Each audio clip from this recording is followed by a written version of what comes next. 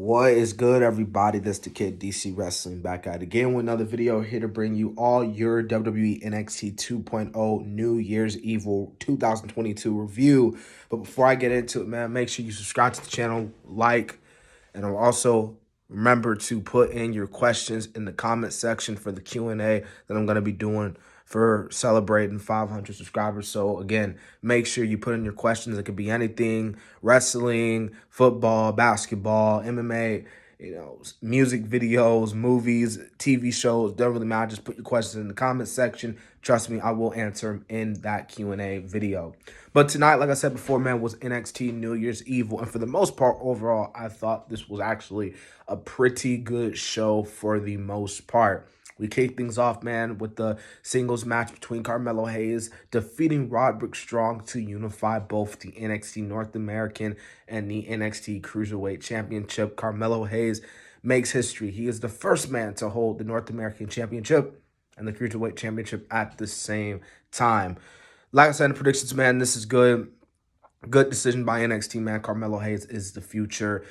Overall, man, and surprisingly, this match lasted for like 9 minutes. This was actually a pretty good match, man, especially towards the end. It was going back and forth between Roderick Strong and Carmelo Hayes, but Carmelo Hayes gets the win, and I thought this is a great moment to further elevate Carmelo Hayes as a star. Obviously, NXT seems a lot of Carmelo Hayes to the point where they're putting both championships on him. So, great showing by Roderick Strong, but in the end, Carmelo Hayes gets the win.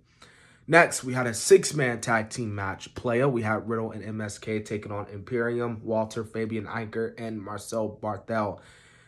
It lasted for about 10 minutes, but for the most part, man, this was actually a pretty good six-man tag team match.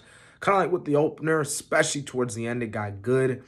Even though this was Riddle's one-night-only appearance in NXT 2.0, it was actually a really good showing from Riddle and just shows how cool and great Riddle can be in the ring. And Riddle and MSK do get the win. Now, speaking of the tag teams, it was obviously revealed by the NXT crew people that they are bringing back the Dusty Rhodes Classic. So even with this new version of NXT 2.0, we're still getting the Dusty Rhodes Tag Team Classic, which is really cool. It helps, further these tag teams out a lot more. So I actually thought that them bringing this Dusty Rhodes Classic, they're still having a tournament even into this new era of NXT. It's actually pretty good itself. Also, we saw the AJ Styles and Grayson Waller little confrontation. Now, many people, including me, thought this was going to be a match. I actually put in the predictions that this match was to take place. AJ was going to win by DQ, but the match is not tonight. Now, AJ came out, called out Grayson Waller. Waller was like, you and me, one-on-one, let's do it. AJ's like, cool, let's do it tonight. But Grayson Waller was like, I don't mean tonight, dude. I mean like next week. So, and it was announced later on in the night, that it's going to be AJ Styles, Grayson Waller, main event, NXT 2.0. And trust me, I will be talking about that because that really should be good. AJ Styles on NXT, that should be pretty good. All right, next we had the NXT Women's Championship being defended, triple threat match. Mandy Rhodes defeating Cora Jade and Raquel Gonzalez. Like I said before, man, with Raquel, this is pretty much going to be the last time in NXT. I don't see her sticking around in NXT no more. I can really see her going up to the main roster, particularly showing up in the Royal Rumble match. As far as Cora Jade goes, I feel like her and Mandy Rose still have unfinished business with each other. But for the most part, this was a solid match. It wasn't a bad match per se, but Mandy Rose retains the title, which is good because Mandy Rose should not be losing that title anytime soon. But this will not be the last time that we see Cora Jade and Mandy Rose in the same ring together. And in the main event, we saw Tommaso Ciampa defending his NXT Championship against Bron Breakker. And this was actually a pretty good match. I thought this matchup was just as good as their Halloween Havoc match. This was actually so good that they made this a 30-minute, commercial-free match. So obviously this matchup was really intended to be this great, and it was pretty good.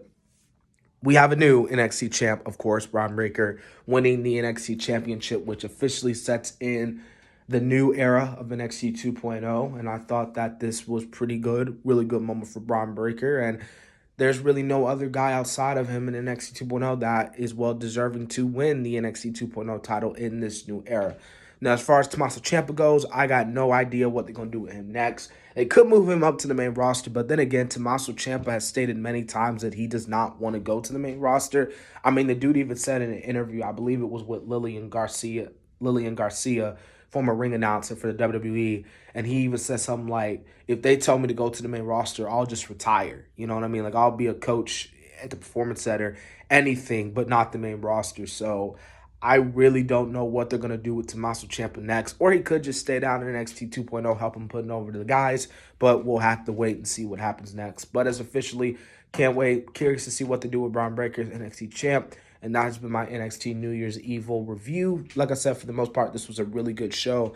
And yeah, that was my review. So remember to put your questions in the comment section. This has been the Kid DC Wrestling. And so, yeah.